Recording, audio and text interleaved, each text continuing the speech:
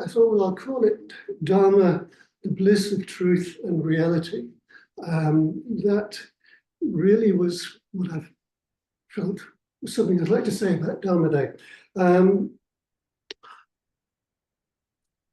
Dharma is so vast, so all-encompassing, really, that there are so many things one could turn to in order to talk about and celebrate Dharma Day. One could rattle off a whole series of the uplifting suttas from the Pali Canon, from the Sanskrit Canon, and so forth. One could talk about the great yogis, the great masters, the great teachers. One could talk about the Triratna, expression of the Dharma. But hopefully you've all kind of got an idea of that. So I didn't really feel that was the topic I would want to try and cover. So what I wanted to do today was talk about the core doctrine of Buddhism, the doctrine of conditionality, that independence on this arises that, and so forth. I think you've probably all heard it. And really sort of take us from the origins of the Dharma through that process of the emergence of the Dharma as a tradition within the framework of conditionality, within its own framework, as it were, and then lead us on to looking at bliss, because I've called it the bliss of truth and reality. And I hope I don't run out of time, and we can end up still here and listening to the crucial point of it, I think, which is the bliss of the ending of ignorance. So please hang in there for that. So yeah, so I would say I want to celebrate the teaching, its origins, the creative discovery that's gone on within it, and bliss. So the origin of the Dhamma, some of you might be thinking, he's going to talk about the Dhamma Chakravartin, the sutta. No, he's not, and I'll be saying something about why not a little bit later. The origin of the Dhamma, I feel I had to look right all the way back, because the Dhamma, whether it was known to us or not, has always been there. The Dharma, in the sense of truth and reality, the way things actually are, when we take away all of our conceptions around it, has always been there, and it's always been operating in this universe, in this world system, as we tend to say. So I think, okay, let's go right back. Buddhism talks about a fiery mist at the beginning of this cosmic cycle. And lo and behold, our modern world, our scientific world, talks about an intensely hot ball of plasma. Something, it was that big, something, it was huge, doesn't really matter. As the beginning of things, well, what was operating way back there was the Dharma, in the sense of the Dharma of the way things are, the way that things operate. And in that raw beginning, okay, the Dharma was present, probably not seen by anybody. I don't know if there were any beings in the universe right back there when the fiery ball moved out, but the principle of Dharma was there, and that fiery ball gave rise to hydrogen and stars and so forth as the universe evolved. So there were no beings to be aware of Dharma then, but as that process of conditionality just continued in its natural way, we moved into a biological ordering of things. Life came into being in planetary systems that come around. We went, as the biological world gave rise to a world of conscious awareness, of states of mind, and that world of conscious awareness, states of mind, gave rise to a sense of karma, a sense of ethical activity, and then eventually that natural process of the conditioning of things, that one thing arises in dependence on another, will lead us towards enlightenment. I'm going to go through that a little bit more fully. So what we can perhaps take hold of at this point is that in this world, in this human world, at a point 2,500 or so years ago, there was a potentiality for the possibility of the Dharma, the truth of things, becoming known to those who were part of the truth of things. We can recognize that potential was there, that as beings arose and became aware, there was a potential for becoming more aware. Again, it's a simple conditionality, independence on being aware. You can be more aware. Can be. We've seen recently that there's an awful tendency in the world of not to be more aware. In fact, for unawareness to spring up like flowers in spring, but there you go. So I want to talk about Dharma as revelation and discovery. So in this potentiality that had arisen in the universe that we're part of, there'd become the possibility of an awakened one arising. Being more aware, as I said, of things conditions a transformation of consciousness. And I think that's the key point, that in the process of becoming more and more aware, there needs to be a transformation of consciousness. That's the real thing that's going on as we evolve in that sense. We recognize that the state of our being, the kind of being we are, is conditioned by consciousness. The evolution of us as a being is conditioned by that transformation of consciousness. And we go back to pre the Buddha. We recognize that from a more aware kind of consciousness, there was a more aware kind of, a new kind of being, not just a more aware, a new kind of being emerging. So that new kind of being that emerged began to ask awkward questions like, what is this existence? Why is it like this?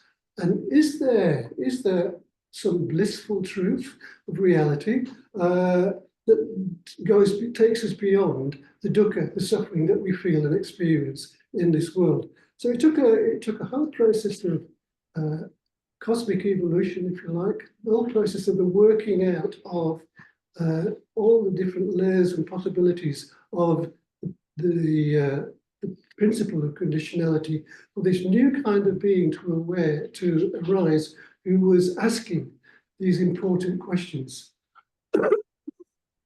Pardon me.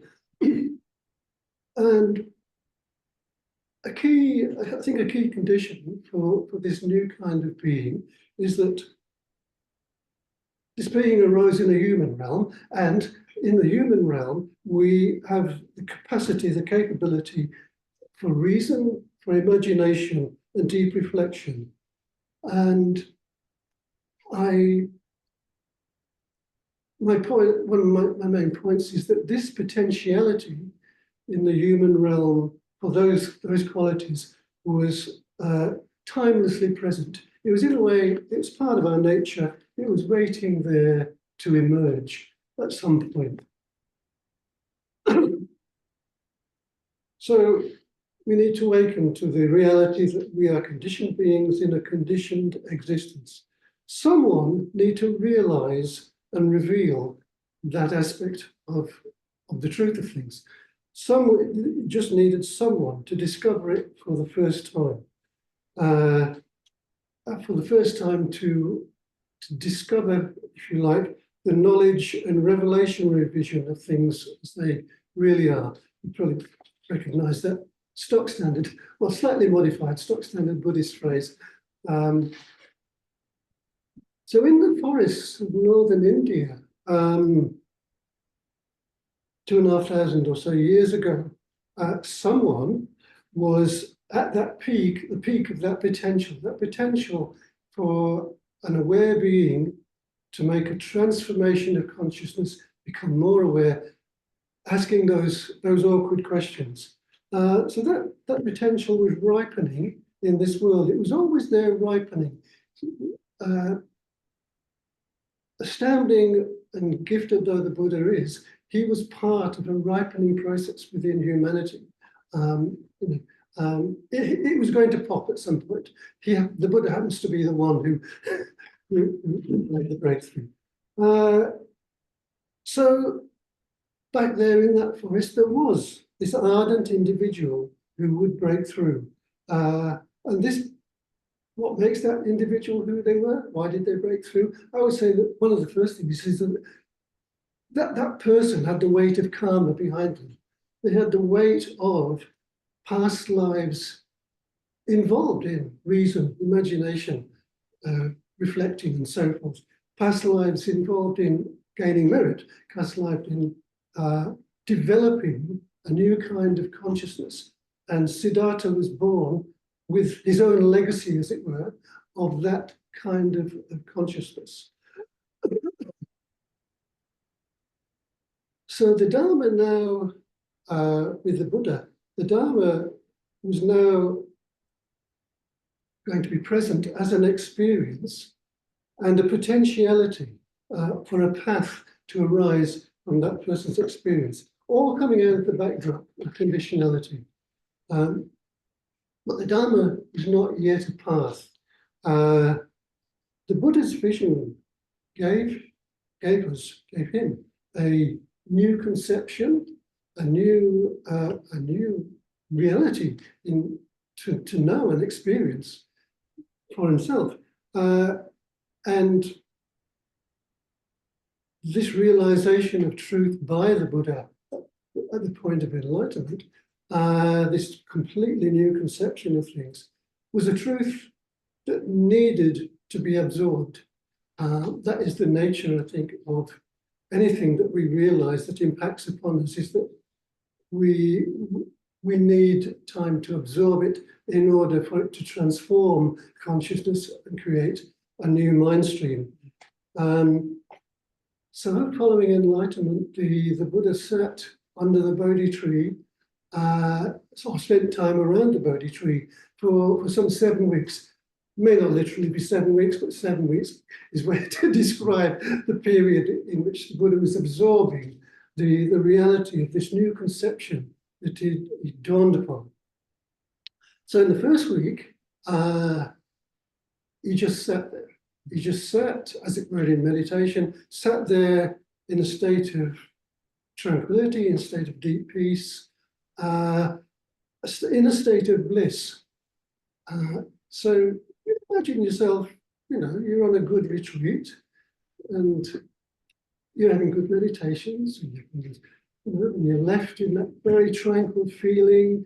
Imagine yourself surrounded by an aura of golden light, and it kind of bathes you, kind of seems to permeate all the way through. Well, the Buddha was sitting in a transcendental version of that positive experience. So he sat there completely still, completely unmoved, just soaking in the bliss of seeing reality. I know we get excited when we get new ideas and they lift us up and get us bubbly a bit. But just imagine if you cracked into enlightenment, bliss you would sit in that tranquil state for in this case, for a week. Then in the second week, he got up and wanted to move around. So he's sitting under this big Bodhi tree. They have very broad, outstretched branches. They've got these great big hand-sized leaves. It was giving him shade from the heat of the hot season. And he got up and stood up and turned to look at the Bodhi tree. And coming out of that state of calm and bliss, it's like out of his heart poured gratitude to the tree. I don't know what parallel experiences you may have had in your life where something that has been so impactful for you just brings out an outpouring of gratitude. The word for gratitude in Pali is Katanyata, which means knowing what's been done for you. So the Buddha stood there under the tree, knowing what had been done for him. He knew that this tree had given him the shade he needed, the protection from the weather, in order to be able to get on with his determination to gain enlightenment. So he stood for 7 days, eyes unblinking, as the texts have it, just gazing in gratitude at the tree. I'm going to skip to the 4th week, where he began to reflect on what he'd seen on the night of his enlightenment. The insight type experiences don't come as conceptual ideas.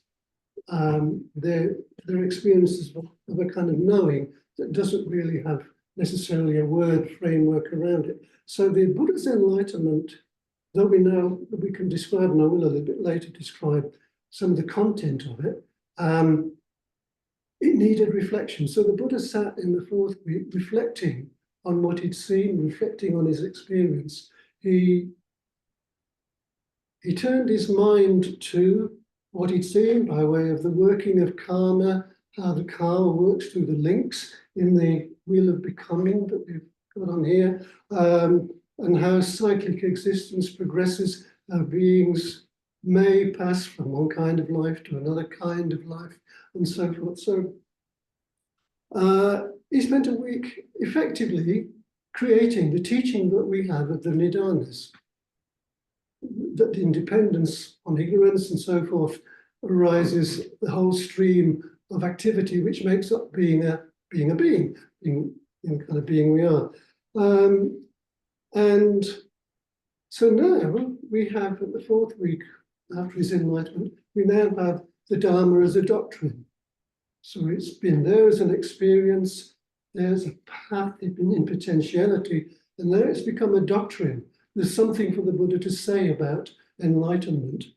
And then at the end of this period of 7 weeks, Brahma Sahampati appears to the Buddha and sees that he doubts whether anybody else will make any sense of this teaching on the Nidanas, or however he might have framed it.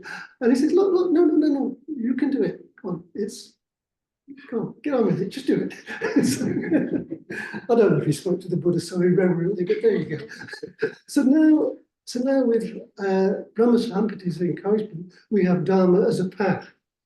So that these different elements of how the Dharma has evolved come in a logical sequence, according to independence of this arises that, and so forth.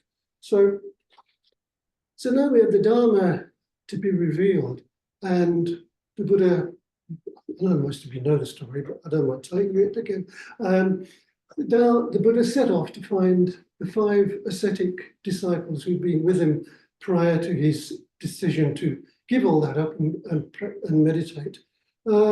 He sought them out because he knew that they were ardent truth seekers, and that was the quality that he needed in them. In order, Brahma Sahampati's encouragement was, oh yes, some people can hear you. These are the people who can hear you. We could probably say in our sort of Triratna language that these were 5 people who had an effective going for refuge to the truth. They didn't know the truth formulated as we know, but they had an effective going for refuge, that they had completely committed themselves to knowing the truth. The truth that, as the text tends to say, is hard to see, hard to realize, tranquil, refined, beyond the scope of conjecture, subtle, pandita vene, to be experienced by the wise. So the Buddha is set to teach these 5 disciples. Now, this is where I come back to the Dhammacakkappavattana Sutta, because very often we see it stated in all sorts of, Buddhist texts, that the first sermon of Buddha's teaching was the Dhammachakravartana Sutta, this sutta that lays out quite clearly a well thought through description of suffering of mind and the practices that develop mind and so forth.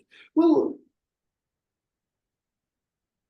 he couldn't have sat down and just delivered that speech at that time. He'd only just thought through the Nidana teaching while he was sitting under a tree. And those people wouldn't have understood it anyway. So what the Buddha quite clearly had to do was take these 5 very open-minded beings from their ascetic world and lead them into practice and opening up to realizations. So he would have taught them shamatha meditation, anapanasati, not mindfulness of breathing as you may have learned it here in the center, but anapanasati, being just allowing the breath to be the background of experience that settles the mind down, calms the mind down, and puts it in a state to be quite creatively reflective.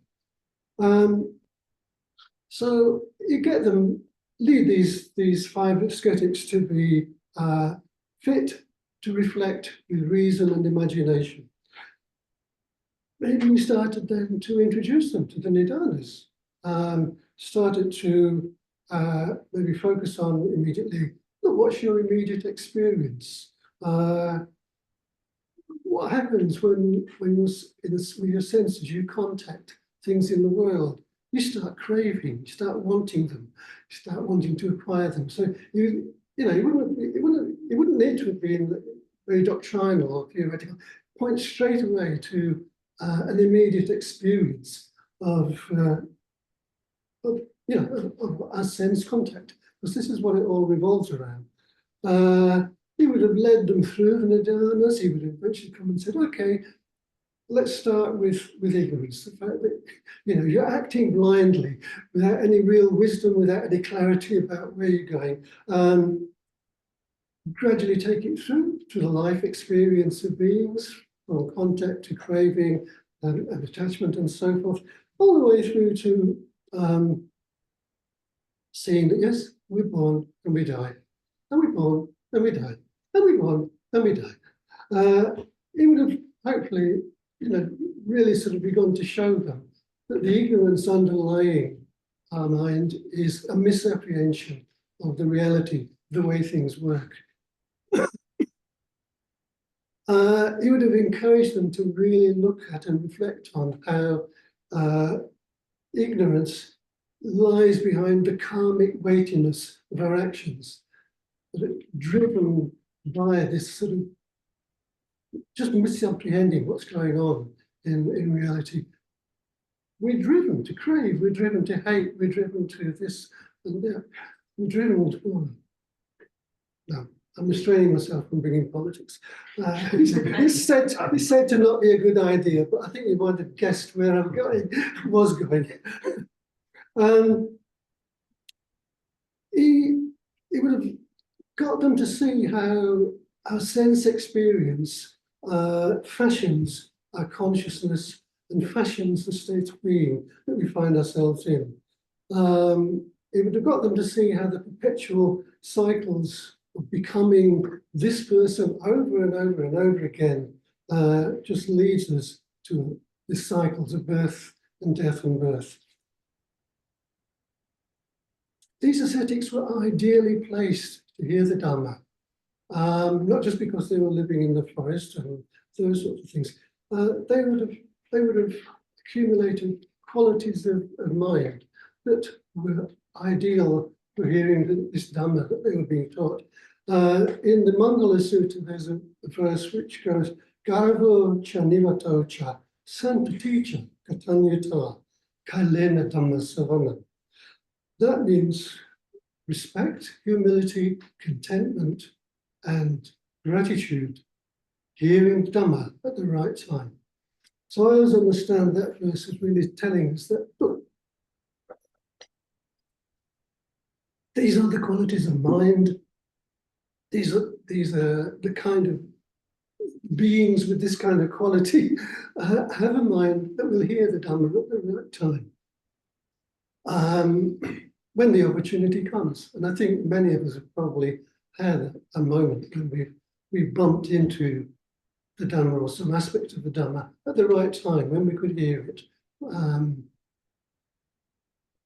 Sidetracked into that. So they were led, these very prepared minds were led to insights into the nature of conditioned existence, and they were led to the bliss of truth and reality. Gradually, all of them awakened during the course of a wet season, spending their time, again, sitting under trees. Rains all the time. I've done a couple of rainy season retreats. It rains all the time. And gradually, one by one, not too distracted. The great thing about the rain season is that you're not distracted. You're just aware of the rain. And eventually, one by one, they awakened. Kandanya was the first one. And the Buddha famously said, sitting there watching them reflect, contemplate, he would have seen Kandanya awaken. He would have known that Kandanya had awoken. And he said, Kandanya knows. Yes. So the Dhamma has now arisen in this world as an experience, as a doctrine, and now as a path that can be followed. So sadhu. So I'm going to move swiftly into another vein, just think about the benefits of the Dhamma, personal practice and insight. So the Dhamma has so much to offer us, so very much to offer us. It offers us freedom and relief from many things, and freedom and relief from many kinds of dukkha that we have in our life. And there's a what do I call it? An axiom I sort of have in mind here. Something we can appreciate in terms of benefits of Dhamma, the Dhamma, is that Dhamma practice always bears fruit. There's writing on your fridge. Dhamma practice always bears fruit. Always bears fruit. So we can all enjoy a life enriched by the Dhamma in whatever way. It bears fruit. Well, let's not lose sight of insight. Let's not look too low. Not to just pick the low-hanging fruit, as it were. This Dhamma practice that bears fruit, importantly, it is going to have the effect on us of reducing what we call the kleshas. The kleshas are sometimes described as the defilements. They are essentially all the negative emotions of whatever kind that flood our minds. And the kleshas, of course, are continuously part of this process of conditionality. They are affecting our consciousness. They're affecting our state of mind.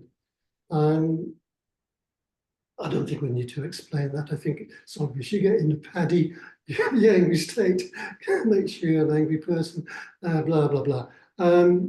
So life in the Dhamma, as it may feel better. I'm sure it'll feel better.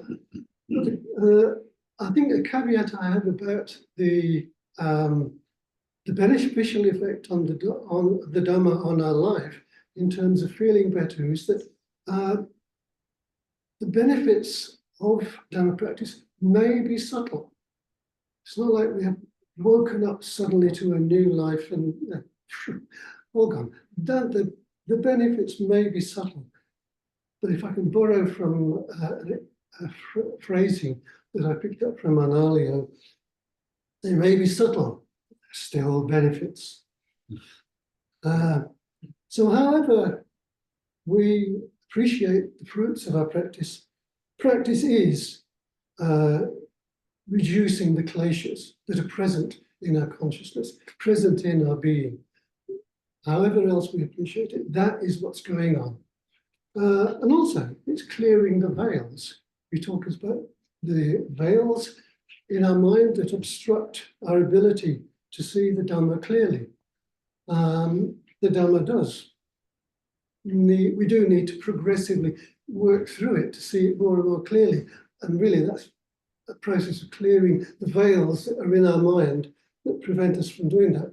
There is the klesha, the varana, the obstruction, the avarana of emotion, negative emotion, and nyaya, avarana, the obstruction of the views that we hold about things.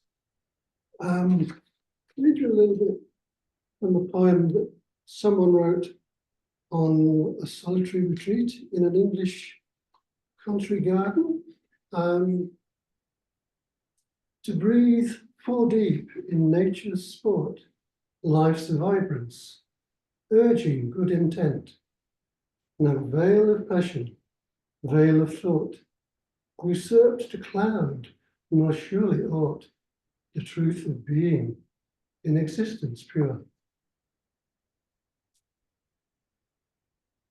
So clearing the veils, clearing the clashes and so forth, we come to the matter of insight. And something I feel is important to appreciate in our interaction with the Dharma life is that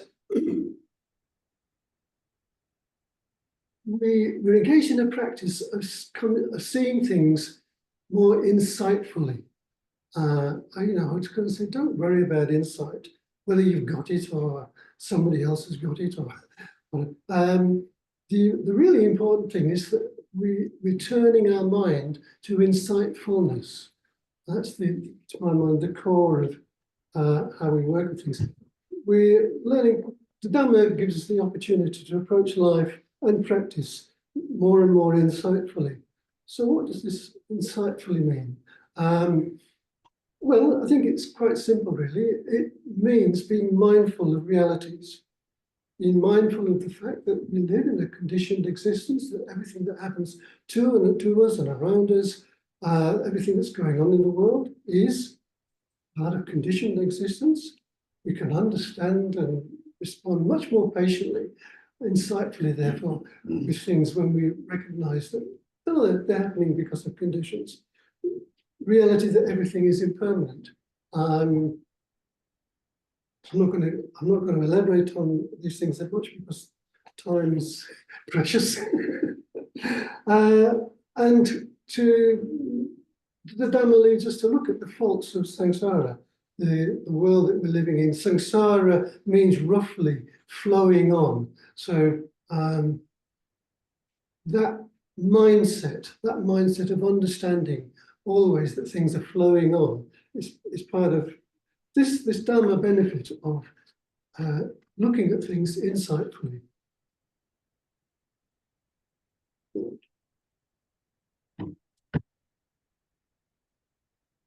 So the Dharma as truth and reality. So as the full moon of Vaishakha approached, sheltering under the Bodhi tree from the hot season,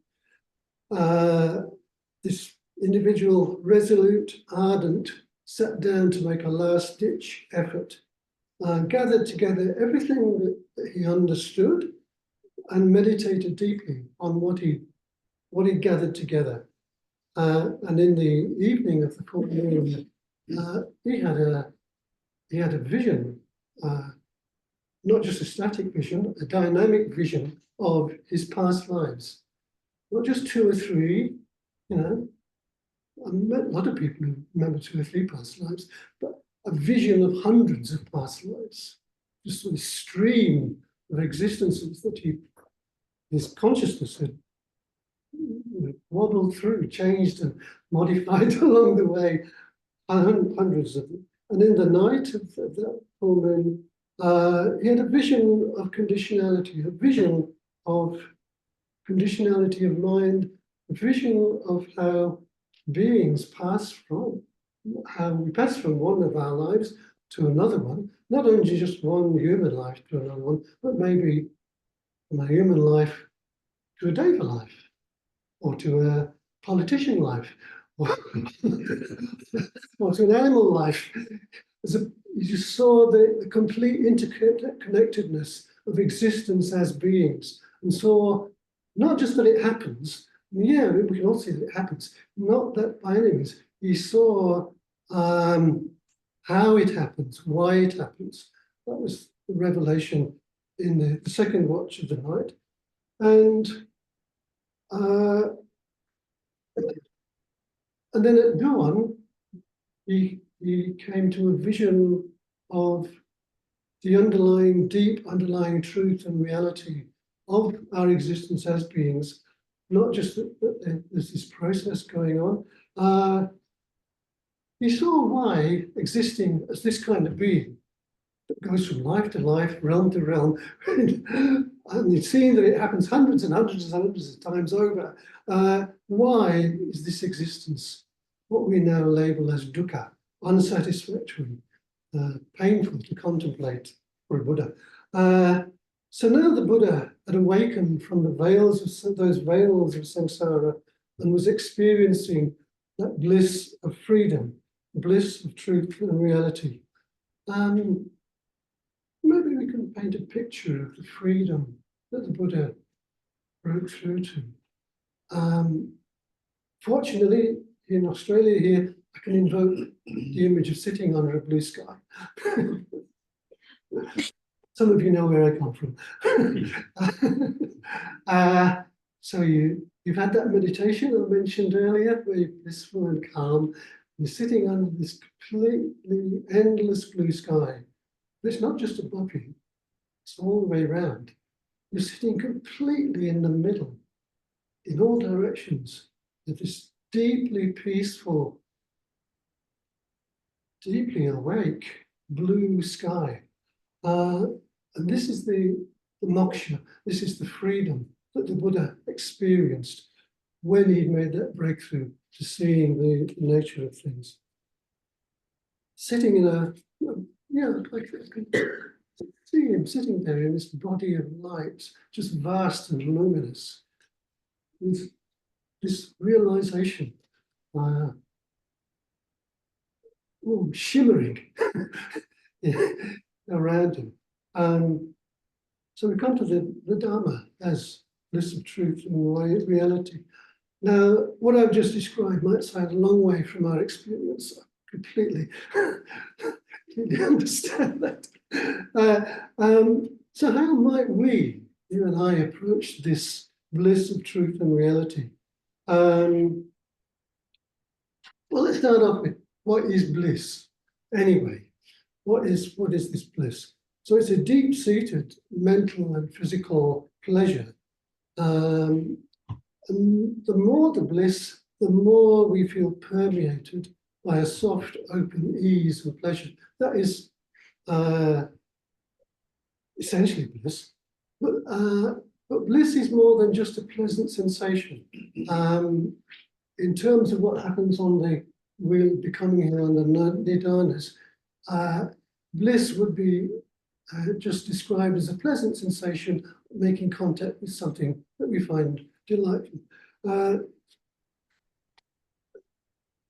So bliss in this sense, what we're aiming for is more than just that. Vedana, this pleasant sensation that's described in the wheel, depends on sense objects. Vedana comes and goes, pleasure of things comes and goes with sense objects, and we're inclined to develop craving for those sense objects and want them over and over again, and so forth. We know this. So bliss, on the other hand, when we're talking about, in this context, bliss is much more than that kind of pleasant Vedana. It's an experience, a state of mind, a state of being, and it arises due to an inner transformation. And that's the key, that a pleasant experience, I don't know, an ice cream, a nice coffee, a little pleasant experience. Didn't really invoke anything stronger than that. There's no real transformation. It's a very passing Vedana. There's no transformation of who and what we are, the state of our being. So bliss, in the spiritual sense, bliss, when we're talking about anything moving towards an experience of truth and reality, comes about because there's been a transformation of our consciousness. Not just being, stimulated, it's been transformed. So let's look at some of the ways that our consciousness is transformed.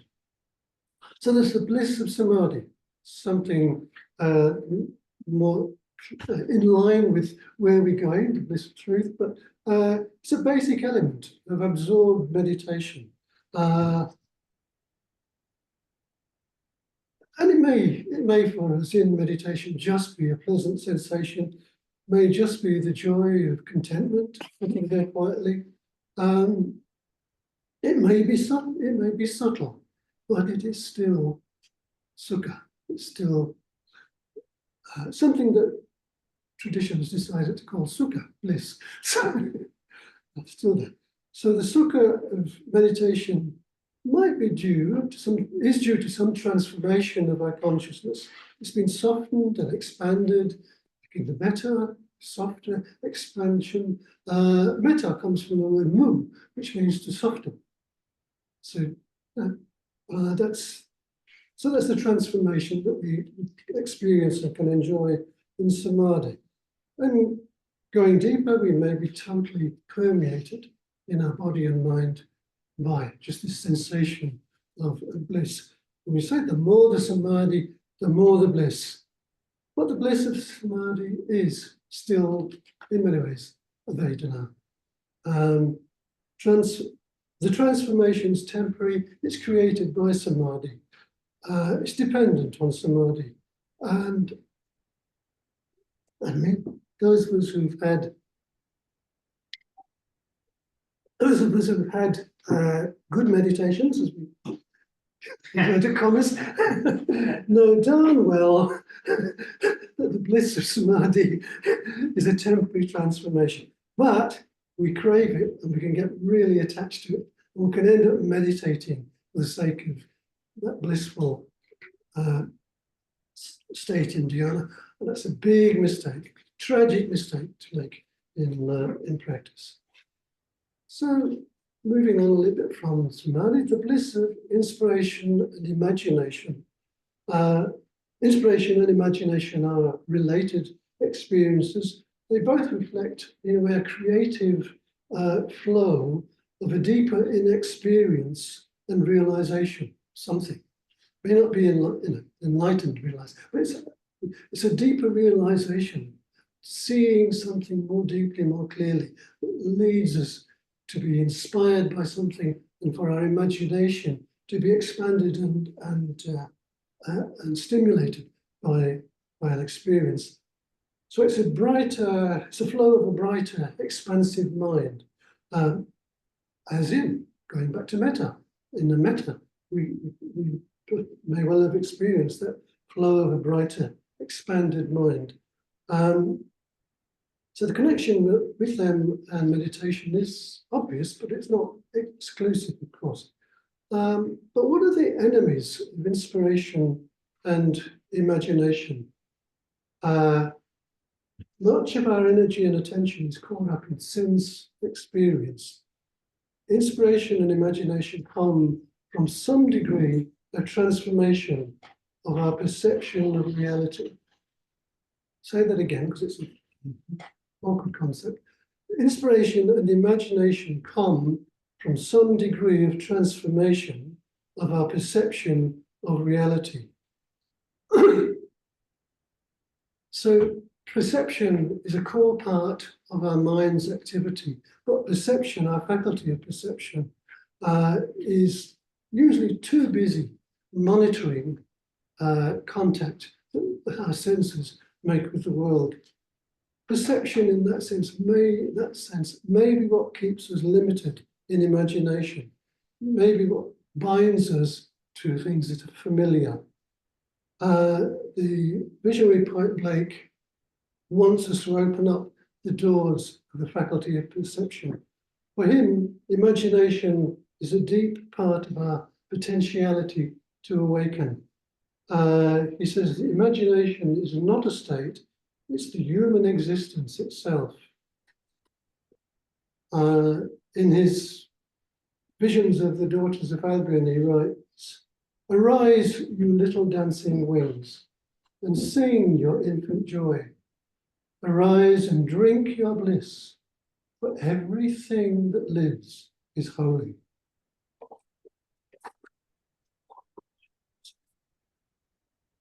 So inspiration might lift us to bliss, but it can be a fickle companion, a conditioned arising that may pass. And the poet Shelley, a very inspired individual, who seems to often grumble about things, though, he says, rarely comest thou, spirit of delight. Wherefore hast thou left me now? Many a day and night, many a weary day and night. 'Tis since thou art fled away.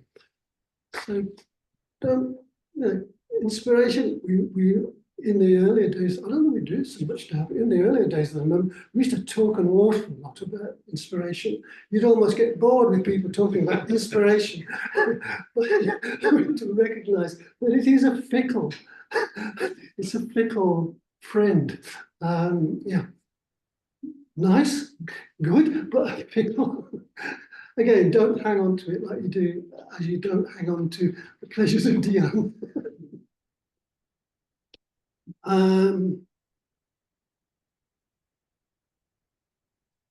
don't know what I want to say about that. I'm aware of needing to move on a little bit more quickly. I'll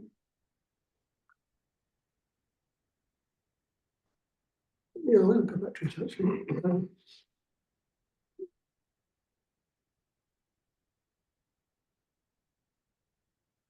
We'll leave it.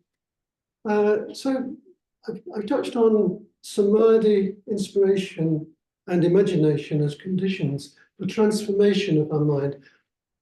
That transformation that really is what brings us an experience of bliss, a small experience of bliss, but nevertheless it is bliss, which gives us something within, as it were, to resonate with the greater bliss that's shown to us through expressions of reality.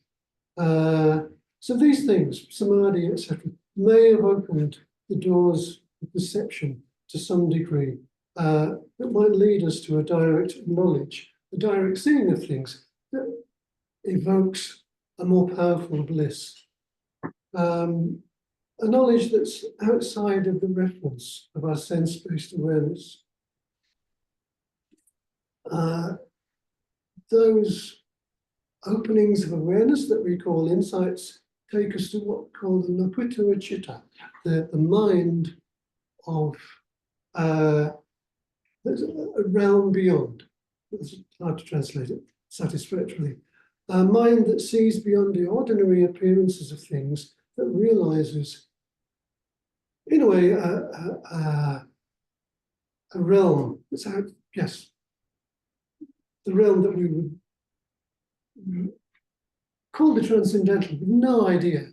Let's be honest, we go on about the transcendental with no idea what it is like, what it really means.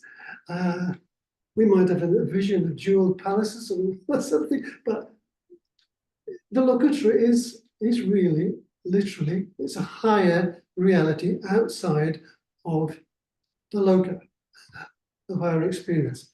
So insight is what happens when intrinsic awareness that we have behind us breaks out of the limitations of our senses, breaks out of the kleshas, breaks out of the limits of our views of things. So insight has freedom of mind. It's free of the chatter of the senses. And this is what Blake wanted us to do. And I'm going to go back to that reference I dropped. Blake says, if the doors of perception were cleansed, everything would appear to man as it is, infinite. For man has clothed himself up till he sees all things through the narrow chinks of his cavern.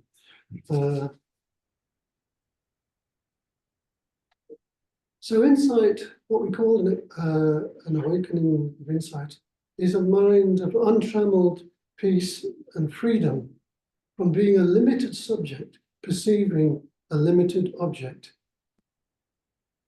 For some reason, when I thought of this, and it's fairly obvious, I was reminded of a little sutra in the collection called the Udanas, where a monk is sitting under a tree in the grove, and he's just sitting there saying, "Ah, 'tis bliss. Ah, 'tis bliss." The other monks go off and gossip to the Buddha about it, but he knows what's going on. He said, "Ah, 'tis bliss." And so how might we get a glimpse of this bliss experienced? Well, we might meet a liberated being. I think of the fourth sight of the Buddha. He was out with his charioteer and he saw this wandering sadhu in the street. I see a skinny-looking person who's not being fed very well for his wandering life. He wears very tatty robes. I sort of see him with a very badly done head shave, scars and tufts. But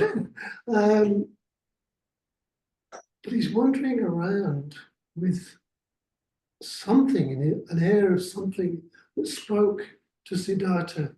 It gave him the deepest of the insights that he'd had to date, that led him to leave home and go into the forest life. And what I see in that sadhu is just really what I just spoke about, the idea that there's a resonance of that bliss in us that can tune in to the bliss in someone else. And I think that's what happened in the fourth sight. I think that, this poor sadhu quietly going about his business begging would still somehow be resonating the bliss of what he was practicing and experiencing. We might get a glimpse or a vision of this in meeting an archetypal, or seeing an archetypal Buddha or Bodhisattva, such as we produce in tankers and paintings that help us. I was hoping something like that was going to be on the shrine. I think Buddha's shown it. So these archetypal figures, yeah, okay, ask for something jokingly and you get it. So we encounter these archetypal figures in meditation. Some people do. They appear to us in samadhi. They give us an experience of seeing truth and reality, just described as the kind of appearance they are. They're beautiful. They're subtly radiant figures. Beauty is a perception. In this case, it's a perception of reality, to see the beauty in these figures. What they appear as is what we call the Sambandhikaya, the body of bliss, or the body of enjoyment of reality that we may experience in meditation. We can experience it there on our wall, on our shrine in the bedroom. You see, these figures, their beauty resonates with, again, going back to that inner bliss that we have. It may not be a big bliss, subtle, still bliss, and it will resonate with these figures. They're diaphanous. That's not diaphanous, but the archetypal figures themselves are diaphanous, and that means something. Our senses give us a reified world, gives us a world that we can reach out and touch and so forth. a solid seeming world. But these figures are diaphanous. So they immediately say, wake up, buddy. The world isn't what you think it is. There is much more to reality than being able to, well, create sense impressions. Should have brought that little thing up to me. The diaphanous nature of these archetypes just lifts the veil of our ordinary sense apprehension of the world around us. They're adorned with jewels and silks, again, that just exude their inner positivity. It's the beauty of them, it's the brightness of them, jewels always fascinate our minds. So jewels always tell us that there's something delightful and desirable going on here. These figures delight in the play of their appearance. They're kind of sitting there. They look static if like that, but they're actually engaged in a play. They exude their wise qualities through the jewels, the perfections of wisdom, meditation, generosity, and so forth shine out of the jewels that they're adorned with. They're encircled with halos around the head and around the body. And that tells us that their nature as a being, inverted commas in this case, is just permeated with the gentle nature of insight. That's the halos. So that they communicate so much to us of that inner experience of bliss.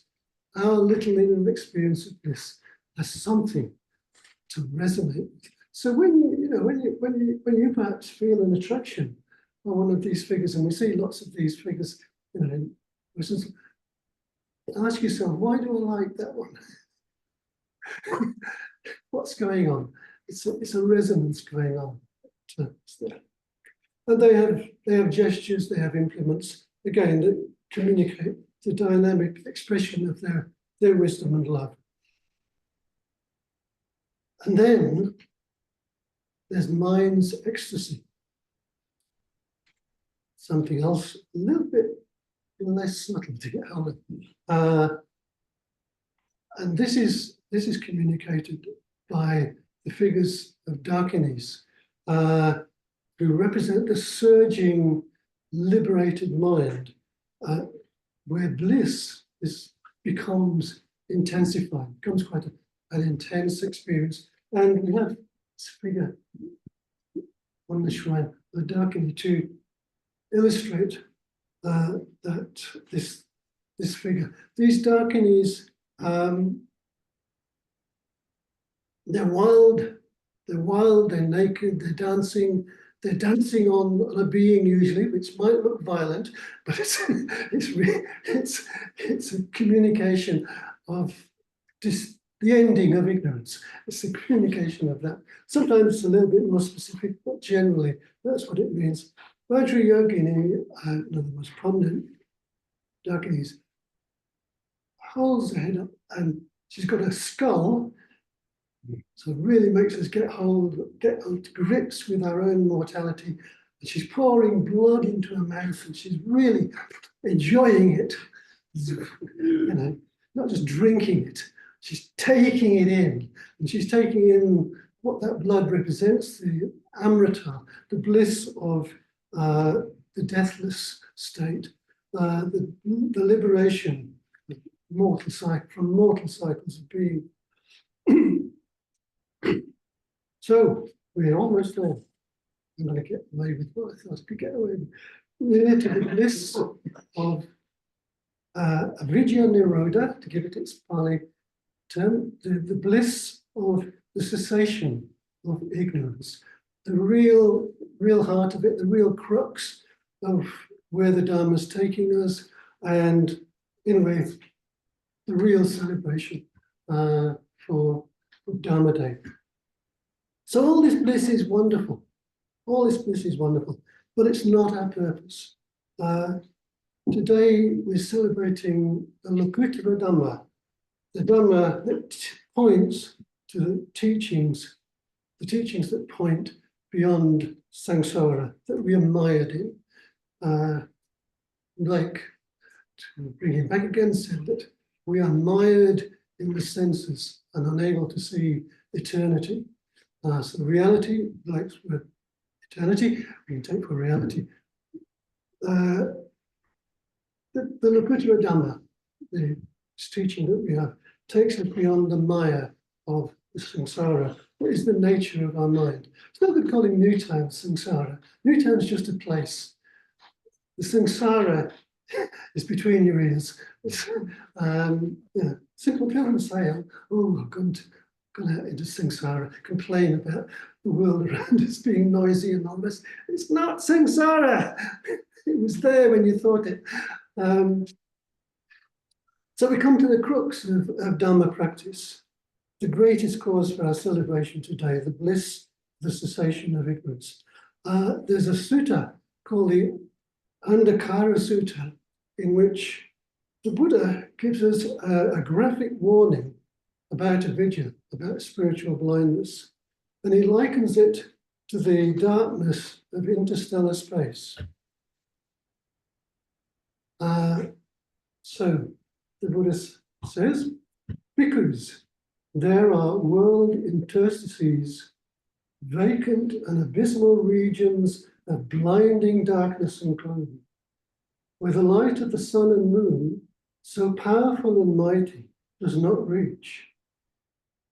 When this was said, a certain bhikkhu said to the Blessed One, that darkness, Venerable Sir, is indeed great. That darkness is indeed very great. But is there, Venerable Sir, any other darkness greater and more frightful than that one? There is, bhikkhu.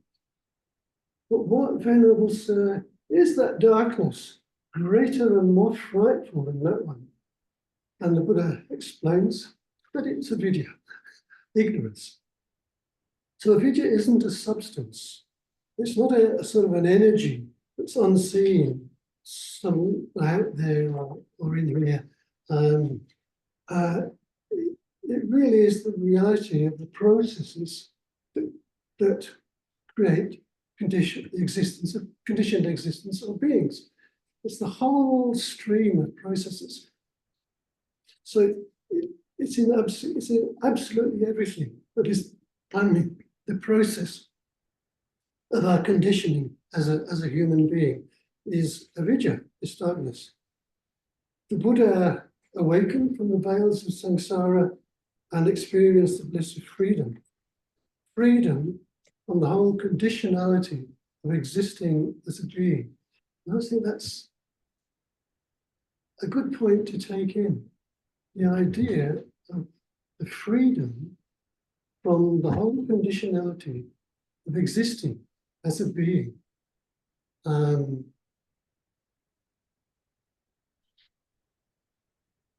let that sink in its own way. But how does that happen? Might seem a baffling concept, what it might be like to be free of existing as a being. After all, it's all we know. Even if you can remember 100 past lives, they've been beings. So, it's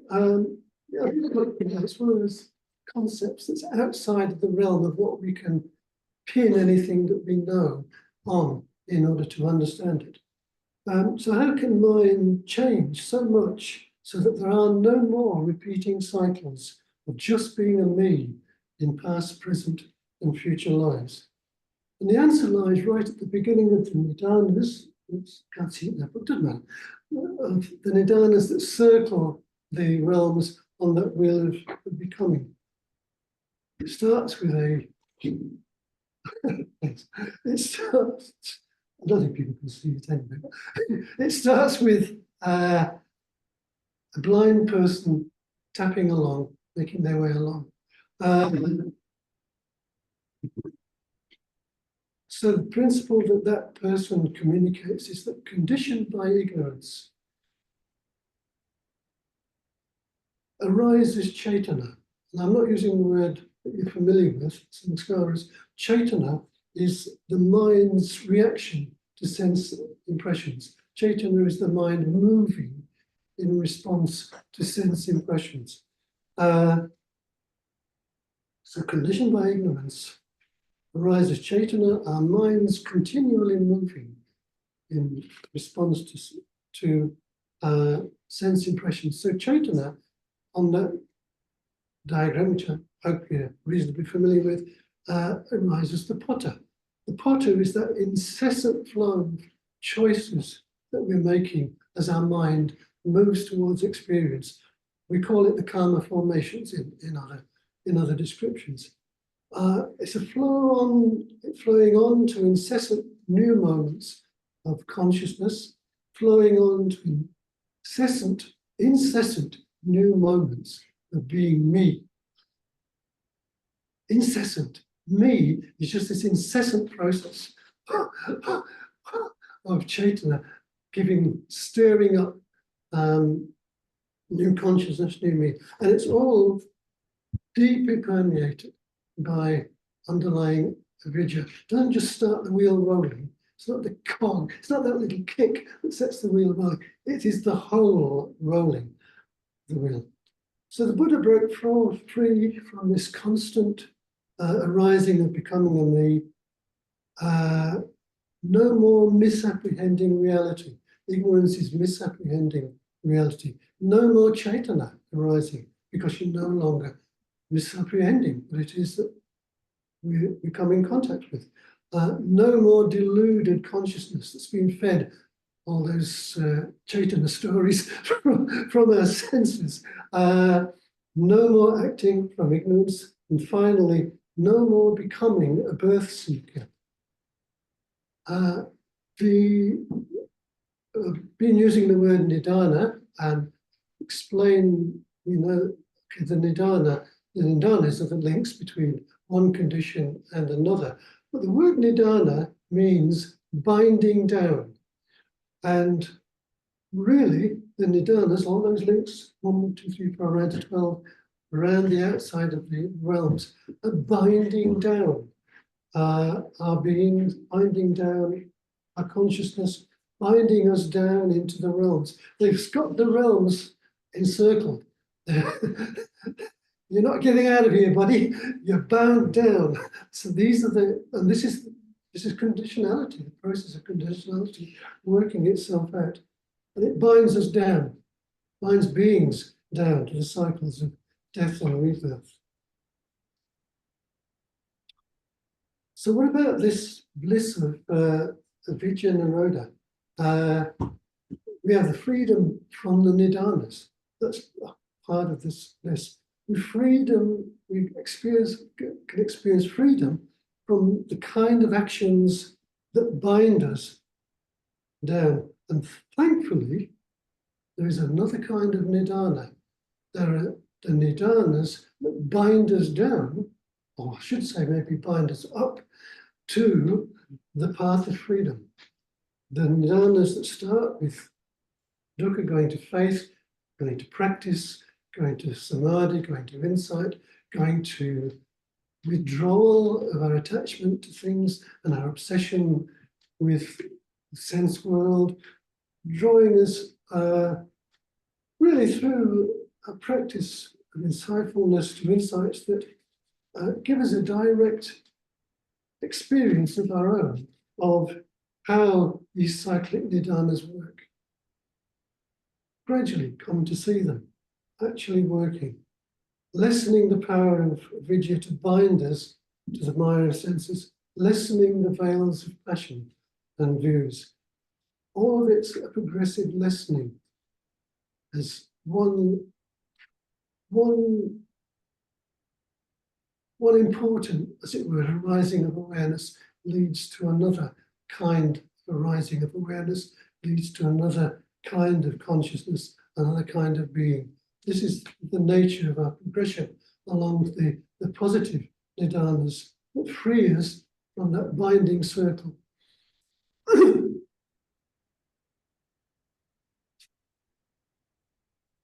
So mind, under these positive nidanas, is freed from the web and tangle of our views and emotions. It takes us beyond the ordinary realms of beings that are bound in the ring. And we find a freedom that's like an open blue sky, the one that we invoked a bit earlier. We're no longer bound down to me. Perhaps we do recognize the experience of being frustrated with being me. Otherwise, we probably wouldn't have been here in the first place. That is really the cause of it. We're no longer bound. That Blake's vision of eternity opens up the imagination, and the doors of perception flings open to a state of boundless mind, boundless love, and boundless freedom. Blake expressed that kind of opening of the doors of perception in the first verse of his Opus of Innocence, where he asks us to imagine, to see a world in a grain of sand, heaven in a wild flower, hold infinity in the palm of your hand, and eternity in an hour. He's basically trying to tell us what it's like when the doors of perception are flung open and we enter towards this boundless mind. We might picture ourselves again sitting in a blue sky, not just under it, in it, totally surrounded by it. Picture ourselves in a calm, peaceful state, utterly permeated by this freedom of the bliss of truth and reality. And in that state, we know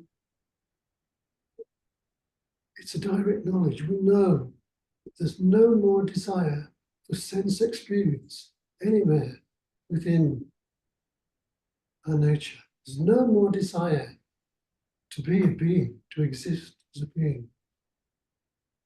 And we know that the end of ignorance has come.